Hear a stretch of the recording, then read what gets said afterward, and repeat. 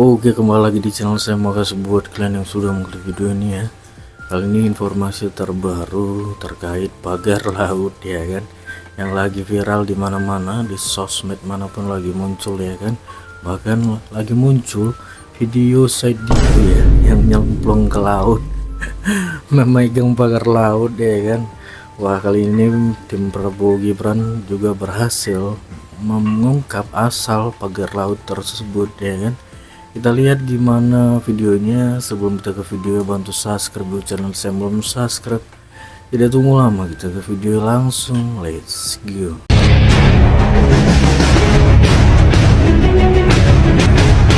Anda bisa melihat, saudara, di belakang saya ini adalah billboard di mana sudah mulai diperjualbelikan di pulau reklamasi ini. Bisa melihat dari yang paling murah 3,4 miliar rupiah hingga yang paling mahal 10 kali 15 meter, 150 meter saja, harganya 6,2 miliar rupiah. Saya berdiri di Pulau D atau Pantai Maju karena kita maju bersama, CDG. Dan pembangunan, saudara, terus dilakukan, termasuk ini adalah flyover atau jalan layang yang akan menghubungkan antara Pulau D, tempat saya berdiri ini, menuju ke Pulau C. Dan di belakang saya adalah kantor-kantor yang nanti akan berdiri. Sementara di depan saya juga demikian. Ada perumahan juga, saudara, ada ratusan unit yang informasi saya dapatkan 30 diantaranya sudah ditinggali. Dan beberapa lainnya, puluhan lainnya, sudah laku terjual. Termasuk juga dengan ruko-ruko yang masih dibangun ini. Laris manis. Waktu kampanye ingin menghentikan reklamasi, tapi sekarang memberikan izin untuk pulau reklamasi. Kami tidak pernah mengatakan membongkar reklamasi, istilahnya tidak pernah menolak reklamasi. Jadi saya langsung buka, judul kampanye kita adalah tolak reklamasi.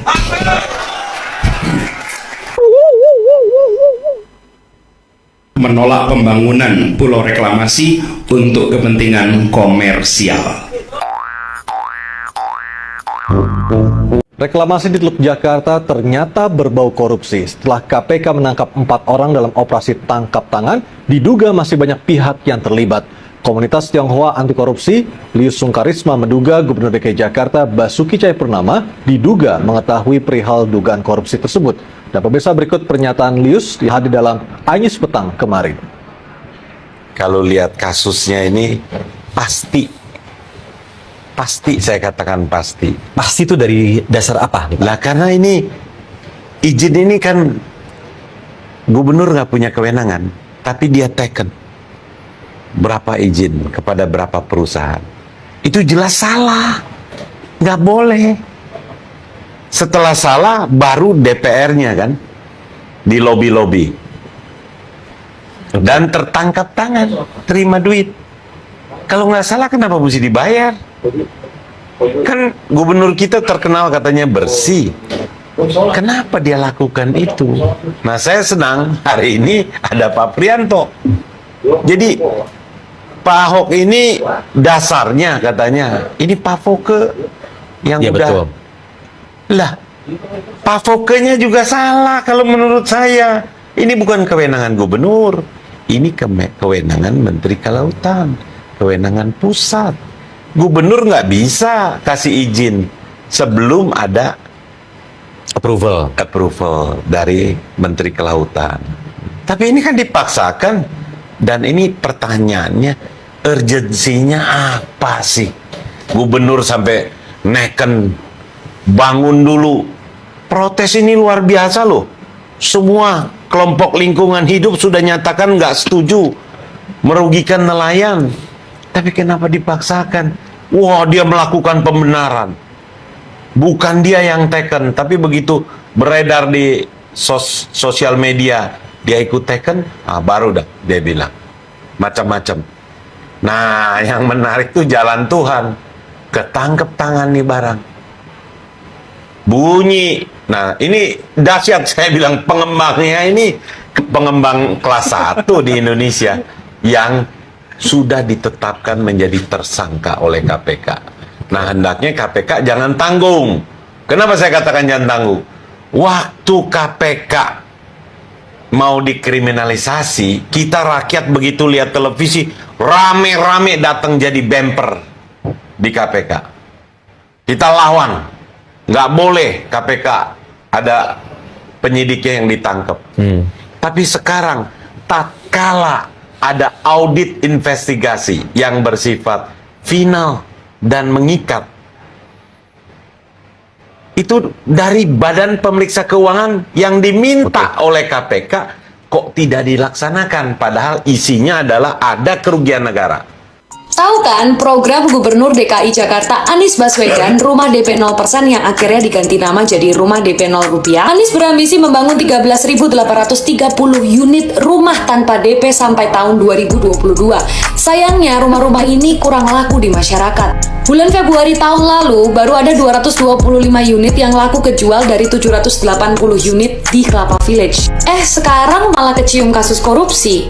Sampai saat ini KPK masih belum mau mengumumkan siapa tersangkanya. Tapi Pemprov DKI udah menyampaikan ke publik kalau Dirut PD Pembangunan Saranajaya Yuri C. Pinotoan adalah tersangka dugaan kasus korupsi. Jadi dugaan kasusnya kayak gini, tanah yang mau dibeli untuk membangun rumah DP 0 rupiah harganya ditinggiin di atas harga pasar. Jadi ini menyebabkan kerugian negara yang diduga jumlahnya sampai ratusan miliar rupiah. Tapi informasi ini dari Antara News ya, masih belum ada konfirmasi resmi dari KPK, jadi kita tunggu aja kelanjutan kasus. Kemudian menemukan bukti permulaan yang cukup adanya dugaan perbuatan melawan hukum pada proses pengadaan tanah di Pulau Gebang tersebut, sehingga kemudian diduga timbul kerugian keuangan negara. KPK juga telah menemukan pihak yang dapat dipertanggungjawabkan secara hukum tentunya pada proses penyidikan yang kami lakukan ini. Mereka lah yang punya tanggung jawab untuk membeli lahan sampai membangun rumah-rumah itu. Karena diberi kekuasaan dan tidak dipantau inilah, maka para direksi PSG main mata dengan penjual tanah, yaitu PT AP. Kalau dari satu lahan saja, mereka bisa dapat selisih dari harga markup sebesar 100 miliar rupiah. Maka kalau di total 9 lahan yang mereka beli, diperkirakan nilai korupsinya sebesar 1 triliun. Seperti dilansir dari laman jpnn.com, KPK mengagendakan pemeriksaan terhadap anggota DPRD DKI Jakarta, fraksi Nasdem, periode 2014-2019, James Arifin Sianipar, Jumat 24 Maret. James diperiksa sebagai saksi kasus dugaan korupsi pengadaan tanah di Kelurahan Pulau Gebang, Kecamatan Cakung, Jakarta Timur, yang dianggarkan pada era Gubernur Anies Baswedan pada periode 2018-2019. Kata jubir KPK Ali Fikri, pemeriksaan dilakukan di kantor KPK Jalan Kuningan Persada Kafling 4 Setiabudi Kuningan Jakarta Selatan. Ini bukan kali pertama James Arifin Sianipar diperiksa sebagai saksi oleh KPK. Sebelumnya, KPK telah memanggil politikus Partai Nasdem pada 23 Februari 2023. Pada pemanggilan tersebut, KPK meminta keterangan dari James Arifin Sianipar soal aliran dana dalam kasus tersebut. Selain itu, pada pemeriksaan tersebut, KPK juga mencecar James Arifin ihwal pengusulan pengadaan tanah di Pulau Gebang. Selain James Arifin, KPK juga memanggil senior manajer divisi pertanahan dan hukum PP Saranajaya, Yadi Robi, dan staf Perumda Pembangunan Saranajaya, Faruk Mauris Arspi. Belum diketahui materi apa yang ingin didalami penyidik KPK pada 3 saksi itu. Yang pasti, KPK sedang mengusut kasus dugaan korupsi terkait pengadaan tanah di Jakarta. Kali ini KPK mengusut kasus dugaan korupsi terkait pengadaan tanah di Kelurahan Pulau Gebang, Cakung, Jakarta Timur pada Perumda Saranajaya tahun anggaran 2018-2019. Pengusutan dugaan korupsi pengadaan tanah di daerah Cakung tersebut sudah masuk dalam proses penyidikan. KPK juga sudah menetapkan sejumlah tersangka dengan proses penyidikan tersebut. Perkara ini diduga pengembangan kasus dari pengadaan tanah di Muncul Cipayung, Jakarta Timur. Kasus ini telah menjerat Direktur Utama Perumda Pembangunan Saranajaya, Yuri Cornelis Pinantoan, Direktur PT Adonara Propertindo Tommy Adrian, Wakil Direktur PT Adonara Propertindo Propertindo Anya Runtunewe, Direktur PT Aldira Berkah Abadi Makmur Rudi Hartono Iskandar, serta Korporasi PT Adonara Propertindo. Perbuatan Yori berdampak pada memperkaya dirinya dan sejumlah pihak, yaitu Anya Runtunewe, Rudi Hartono Iskandar, dan Korporasi PT Adonara Propertindo sebesar 152 miliar. Pengadaan tanah tersebut diperuntukkan pada program rumah DP 0 rupiah yang dicanangkan Gubernur DKI Jakarta Anies Baswedan. Diketahui KPK saat ini memang tengah melakukan penyidikan terhadap pengadaan tanah di Kelurahan Pulau Gebang, Kecamatan Cakung, Jaktim. Tanah tersebut diperuntukkan untuk pembangunan rusun warga DKI Jakarta. Bagi yang tidak memahami persoalan rakyat, hanya gojek-gojekan dari tarian. Hanya gojek-gojekan dari tarian. Suatu hari nanti pastikan bercahaya. Kedatangan Anies Baswedan di Surabaya sepi sambutan.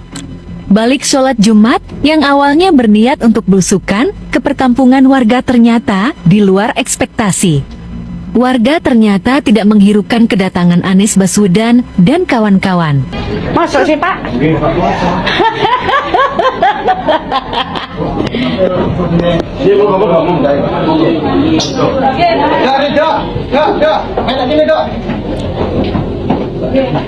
Sampeyan meneng kene lho ya ora apa-apa. Mriki lho, dukur nggih, monggo. Kak, kayu iku, Pak.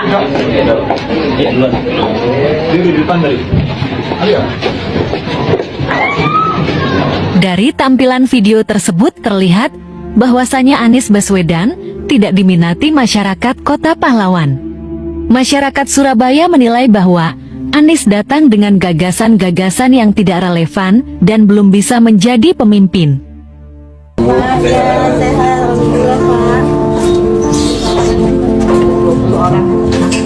Oh, banyak anak. Sehat, Bu. Pak. Dari RT mana ini? Sama ya? Tadi ada batuk-batuk. Kenapa? Udah ke dokter? Udah ke dokter? Banyak dokter. Ada yang bisa nganter nggak nanti ya?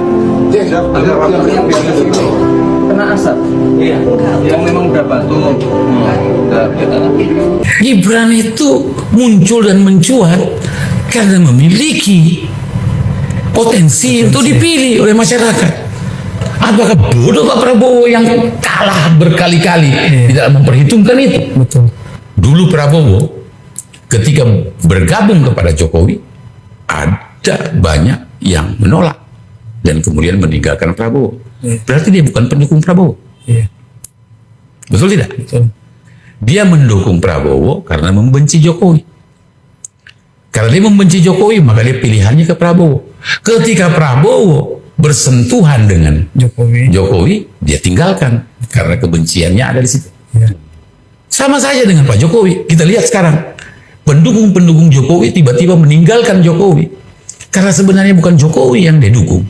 Yang dia dukung adalah kebenciannya kepada Prabowo. Oke, jadi video gimana menurut kalian, dan sampai bertemu di video saya selanjutnya. Boy.